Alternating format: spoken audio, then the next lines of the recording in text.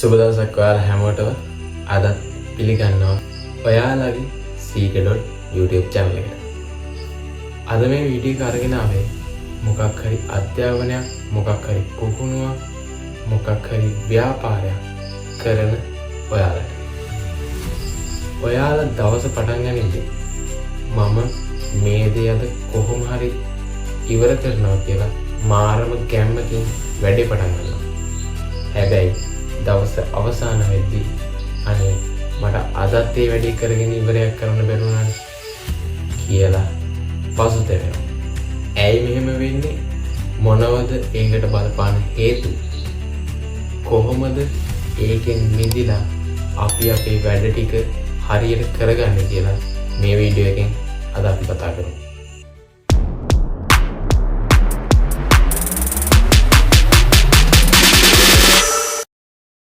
හරි, මේකෙදි අපි මුලින්ම දැනගන්න ඕන දේ තමයි ඇයි මෙහෙම වෙන්නේ කියලා. ඒකට හේතු කිහිපයක්ම බලපාන. පළවෙනි හේතුව තමයි ප්‍රමාණවත් නිින්දක් නැති එක. දෙවෙනි හේතුව තමයි උදෑසන අවදි වීම ප්‍රමාද වෙන එක. තුන්වෙනි හේතුව තමයි එහෙම අවදි වුණත් උදේ පාන්දර ෆෝන් එක අතට අරගෙන අපේ ඔළුව, අපේ මනස කුණු වලින් පුරව ගන්න එක. මේ හැම දෙයකින්ම වෙන්නේ උදේ පාන්දරින් නැගිට්ටම තියෙන ප්‍රබෝධවත් බව, නැවුම් බව නැති වෙලා යන එක. අන්න ඒ නැති වෙලා යන නැවුම් බවත් එක්ක, ප්‍රබෝධයත් එක්ක එනවා ඊළඟ හේතුව. ඒ තමයි වැඩ කල් දාන එක.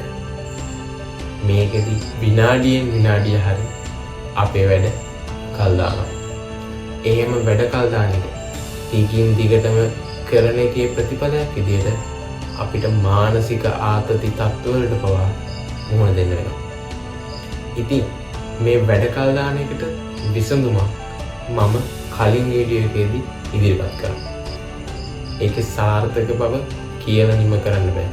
ඉතින් මම ආරාධනා කරනවා ගිහිල්ලා ඒ වටින වීඩියෝ එක අනිවාර්යයෙන්ම බලන්න කියලා. අන්තිම දේ වගේම ප්‍රධානම හේතුව තමයි දවසට අදාළව නිවැරදි නිසි වැඩ සැලැස්මක් නැති. හරි, දැන් බලමු අපි කොහොමද මේ ප්‍රශ්නෙන් ගැලවෙන්නේ සහ මොනවද මේවට තියෙන විසඳුම් කියලා. මේකෙදි අපි ඉස්සෙල්ලම කරන්න ඕන දේ තමයි හෙට දවසේ කරලා ඉවර කරන්න තියෙන දේවල් ටික අද රෑ නිදා ගන්න කලින් පිළිවෙලට ලියලා තියෙනවා. ඒ තමයි අපි දවසේ ගෝල් එකක්, ඒ කියන්නේ දවසේ නිසි සැලැස්ම අනුව අපේ දවස සකස් කරගන්න. කොහොමද මේ විදිහට දවසට නිසි ගෝල් එකක්, නිසි සැලැස්මක් හදාගන්නේ කියලා අපි ඉස්සරහා වීඩියෝ එකකදී අනිවාර්යෙන් කතා කරමු. හරි, දෙවෙනි දේ තමයි ප්‍රමාණවත් නිින්දක් අරගෙන පාන්දරින්ම අවදි වෙන එක. අනිවාර්යෙන් උදේ 5-6 වෙද්දිවත් අපි අවදි වෙලා තියෙනවා. තුන්වෙනි එක, එහෙම නැගිටපු ගමන් ඔයා කරන්න ඕන දේ තමයි මූණ සෝදගත්ත වතුර එකක් බිව්වා. ඔයා කලින් දවසේ රෑ ප්ලෑන් කරපු විදිහටම වැඩ ටික පටන් ගන්න එක. මේකෙදි ඔයා මතක තියාගන්න ඕන වැදගත්ම දේ තමයි ඔයා කලින් දවසේ හදපු ප්ලෑන් එකේ පළවෙනි ටාස්ක් එක කම්ප්ලීට් කරනකම් ඔයාගේ ෆෝන් එක අතටවත් ගන්න නැහැ. ඔයාගේ ෆෝන් එක දිහා බලන්නේවත් නැහැ. ඊට පස්සේදී ඔයා ඔයාගේ අවධානය වෙනස් වෙන ඩෝපමීන් ලෙවල් එක වැඩි වෙන විදිහේ දේවල් වලින් වැළකීලා ඉන්න එක තමයි හොඳම දේ. මොකද දවස පටන් ගනිද්දී ඒ තියෙන ගැම්ම අපි දවස පුරාම පවත්වාගෙන යන්න ඕන මේ කාර්යය සාර්ථක කරගන්න නම්. මොකද දවස පටන් ගනිද්දී තියෙන ඒ ගැම්ම, ඒ ප්‍රබෝධය අපි දවස පුරාම පවත්වාගෙන යන එක අපිට සෑහෙන්න වැදගත් වෙනවා. ඉතින් මේ වීඩියෝ එකෙන් කියවුණු කරුණු ඔයාලගේ ජීවිතයට වටිනාකමක් එකතු කරා නම් අනිවාර්යෙන්ම ඒ ගැන කියලා කමෙන්ට් එකක් දාන්න. මොකද ඔයාලා දාන ඒ කමෙන්ට් එකෙන් තමයි අපි තව තවත් දිරිමත් වෙන්නේ.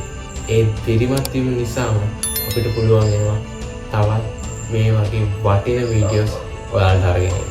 ඒ වගේම තමයි ඊන දිනන් 0 to hero ගමනක් යන ඔයා වගේ අනෙත් අයටත් හයියක් වෙන්න මේ වීඩියෝ එක ෂෙයා කරන්න, ලයික් කරන්න. ඉතින් ඊළඟ වීඩියෝ එකකින් හම්බ වෙනකම් පරිස්සමෙන් ඉන්න. ජය වේවා.